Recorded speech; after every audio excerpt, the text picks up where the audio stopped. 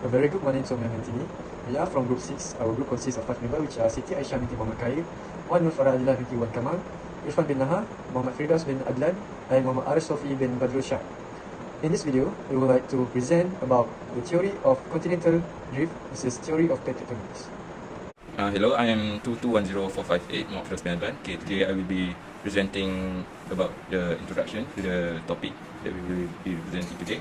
Okay, first of all, I will present about the Pangea theory. Pangea is a crucial concept in the history of Earth geological evolution because it provides us early evidence for the theory of continental drift, and later it will evolve into the theory of plate tectonics. Okay, Pangea basically was a vast single landmass that comprised almost all of Earth's continent as we know them today. So basically, our Earth, before it divided into many continents, basically it was one supercontinent that breaks and falls apart because the movement of plate tectonics. Okay, from the Pangea theory, we will break them into two parts, which is the continental plates, plate tectonics part theory, and the theory of continental drift.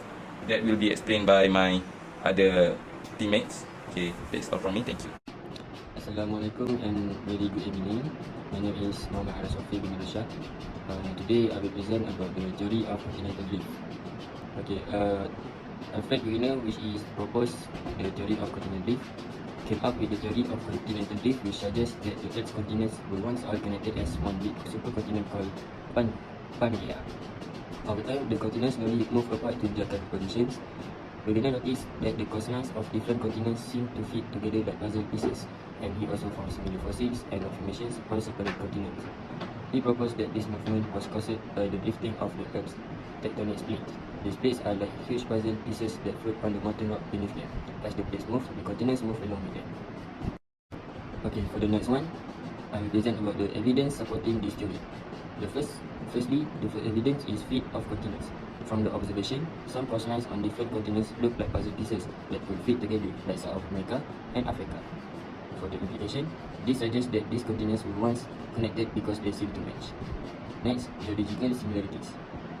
For their observation, rocks and mountains on some continents seem to continue onto other continents, like similar mountain range in North America and Europe. For its implication, this suggests that these continents were once joined because they share the same types of rock and landforms. Lastly, fossil evidence.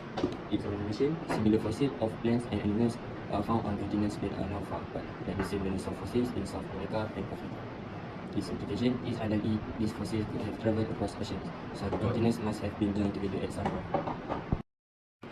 Okay, next I will present about skepticism within the scientific community. Okay, firstly, Wegener is lack of mechanism, which is he couldn't explain what was driving the movement of the continents. Secondly, inadequate geological understanding. Because the idea of continents drifting through solid rock seemed impossible to many geologists. Thirdly, continental stability bias. The prevailing scientific view of early 20th century had the continents were stable and immobile over geological time. Lastly, Wegener was lack of detail in the theory, which is Wegener was a German scientist and his work was not widely known or accepted in English-speaking scientific communities. That's all from me. Thank you. A very good morning to me and my fellow classmates. My name is Irfan, and today I would like to explain about the theory of plate tectonics. The theory of plate tectonics is a fundamental concept in the field of geology that explains the movement of Earth's lithospheric plates and the dynamic processes shaping the Earth's surface. The theory posits that the Earth's outer shell or lithosphere is divided into several rigid plates that float on a semi-fluid atmosphere beneath them.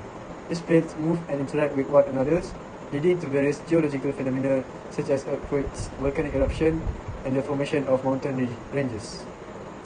Now I will explain the evidence of plate tectonics. First is seafloor spreading. Seafloor spreading begins with the upwelling of molten rock magma from the Earth's mantle to the ocean floor. This magma rises along mid-ocean ridges, which are underwater mountain ranges. As the magma reaches the ocean floor, it cools and solidifies, creating new oceanic crust. Seafloor spreading is supported by geological evidence, including the presence of progressively younger rocks as you move closer to the mid-ocean ridges, and the discovery of matching magnetic striping on either side of these ridges. This evidence confirms that the oceanic plates are moving apart and that new crust is forming at these boundaries. Second is earthquake and seismic activity. Earth's lithospheric plates are constantly moving. At plate boundaries, they may become stuck due to friction. As they move, stress accumulates along these boundaries, When the stress exceeds the friction resistance, it is suddenly released in the form of seismic waves, causing an earthquake. This energy travels through the earth, creating ground shaking and often resulting in damage. Scientists use instruments called seismographs to detect and measure seismic waves. These measurements help us understand the earthquake's location, magnitude, depth, and potential impact. Lastly is volcanic activity. In the theory of plate tectonics, plates are constantly moving. At convergent plate boundaries, where plate collides or one is subducted beneath another, intense pressure and heat cause the subducted plates to melt. This molten material rises through the overlying plates, eventually reaching the surface and leading to volcanic eruption. When the magma reaches the surface, it can result in a volcanic eruption.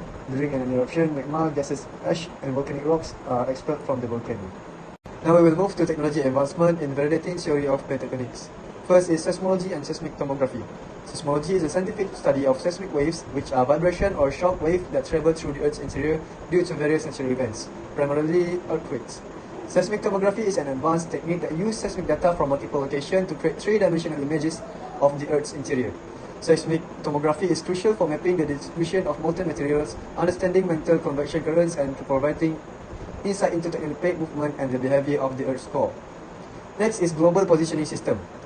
GPS technology is used to precisely measure the movement of Earth's tectonic plates. GPS receiver on the Earth's surface can determine the exact position relative to a network of orbiting GPS satellites. GPS measurements have provided strong evidence confirming the prediction of the theory of plate tectonics. The data clearly show that continents and oceanic plates are moving, validating the concept of plate movement.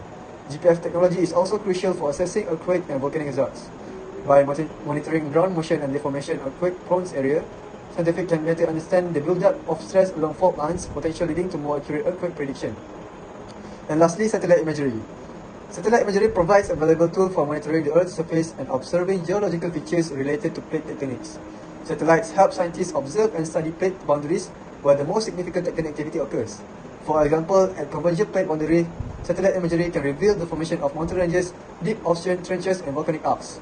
High-resolution satellites image capture changes in topography, landforms, and surface features, allowing scientists to study the movement of tectonic plates and associated geological phenomena. The third topic is the lithosphere, the moving layer. Lithosphere is an important part of Earth's geology since it forms the planet's solar outer shell. It includes the Earth's crust as well as the highest portion of the mantle. Its importance stems from its position as the Earth's outer shell and its participation in the processes that shape our planet. Next type of lithosphere. First one is continental lithosphere. Continental lithosphere is the solid outer layer of the Earth that possesses the continents and continental shelf. It is made up of several types of rocks, such as granite, sedimentary rocks, and metamorphic rocks. Because of the existence of continental crust, which may reach up to 70 kilometers or more in thickness in some hilly places, continental lithosphere is thicker and less dense than oceanic lithosphere. The second is oceanic lithosphere. Ocean basins are formed by the Earth's solid outer layer, the oceanic lithosphere. It is predominantly composed of basaltic rocks, which are denser than the materials found in the continental lithosphere. Because to the continual process of seafloor spreading along mid-ocean ridge, oceanic lithosphere is generally thinner, averaging roughly 7 to 10 kilometers in thickness and younger than continental lithosphere. Next, I'm going to talk about composition. Lithosphere is composed mostly of rocks and contains silicate minerals such as feldspar and quartz. Lithosphere becomes hard and solid as a result of these minerals. The lithosphere is separated into tectonic plates, which are gigantic puzzle-like pieces that float on the semi-molten and ductile asthenosphere underneath it. Continental lithosphere plates range in thickness from 50 to 100 kilometers deep beneath continents, whereas ocean basins are thinner. Next, the responsibility of lithosphere for the movement and tectonic plates. The stiffness of the lithosphere and its splits into tectonic plates are critical to understand the Earth's dynamic processes, particularly plate tectonics. The asthenosphere, a layer immediately under the lithosphere that is characterized by semi-molten rock capable of convection currents, drives movement throughout this system.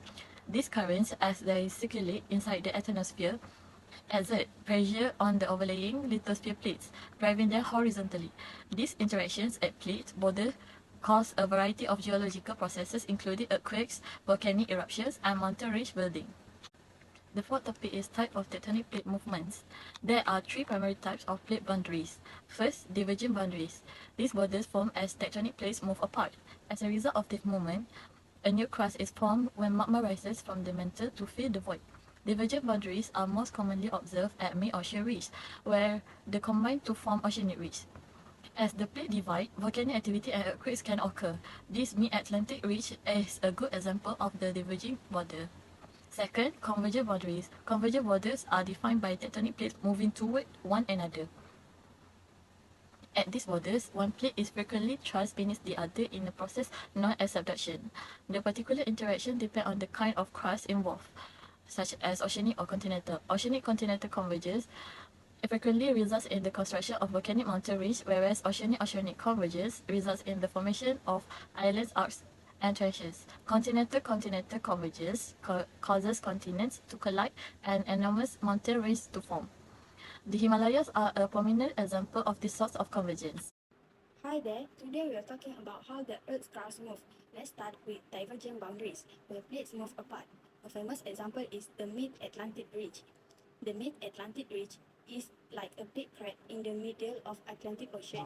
It separates the African and South American plates in the south and the Eurasian and North American plates in the north. As they move apart, something could happen such as new ocean floor forms. Divergent boundaries are where the Earth's crust is being pulled apart. This can create undersea mountains and volcanoes. Now let's look at convergent boundaries, where plates come together. We have got three examples to explore. First, the Himalaya mountains. They're formed by two big continents, India and Asia, crashing into each other like a slow motion collision that push up the tallest mountain in the world.